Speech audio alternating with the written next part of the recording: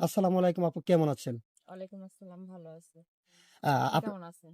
আলহামদুলিল্লাহ ভালো আছি। আপনার নাম কি? আপনি কোথা থেকে এসেছেন? আমার নাম নিঝুম আক্তার। আমি আসছি ফরিদপুর ভাঙ্গা থেকে। ফরিদপুর ভাঙ্গা থেকে। আচ্ছা ঠিক আছে। আপনার বয়স কত? বয়স 25 প্লাস। 25 প্লাস। হুম। আচ্ছা, বিয়ে-শাদী হয়েছিল? না, না, বিয়ে শাদী হয়নি। বিয়ে-শাদী এখনো হয়নি। আচ্ছা ঠিক আছে, মাশাআল্লাহ। আপনি দেখতে অনেক সুন্দর, মাশাআল্লাহ।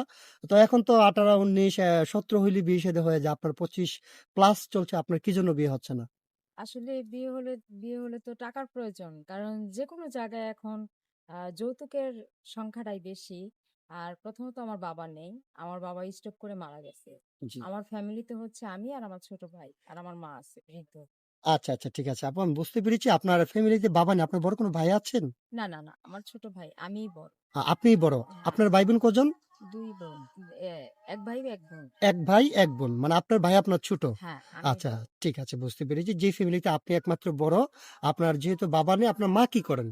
আমার মা টুকিটাকি কাজ করে। মেম্বারের বাড়িতে একটু মানে হাতে পাতে কাজ করে। এভাবেই চলে। আর আমি বাচ্চাদের পড়াইতাম। এখন গ্রামে তো মনে করেন যার, যার বাচ্চাদের তারা, তারা পড়ায়।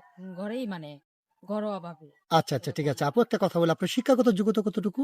এসএসসি পর্যন্ত। এসএসসি পর্যন্ত। আপনি হ্যাঁ, মানে মাঝেমধ্যে ছোটখাটো ছেলেপেলে যারা আছে তাদেরকে পড়াতেন। হ্যাঁ, হ্যাঁ, আচ্ছা, আচ্ছা ঠিক আছে। আপনার যৌতুকের জন্য আপনার বিয়ে হচ্ছে না, তাই তো? হ্যাঁ। আচ্ছা, এখন আমাদের এখানে আসছেন যৌতুক ছাড়া বিয়ের জন্য। হুম। আচ্ছা, আপনাকে যিনি বিয়ে করবেন ওনার বয়সটা কেমন হতে হবে? বয়স যেরকমই হোক ভাইয়া, তাতে কোনো সমস্যা নেই। সমস্যা হচ্ছে যে একটা ভালো মন পাওয়ার কিন্তু ভাগ্যের ব্যাপার। আমি শুধুমাত্র একটা মন চাই। অবশ্যই, অবশ্যই বুঝতে পেরেছি।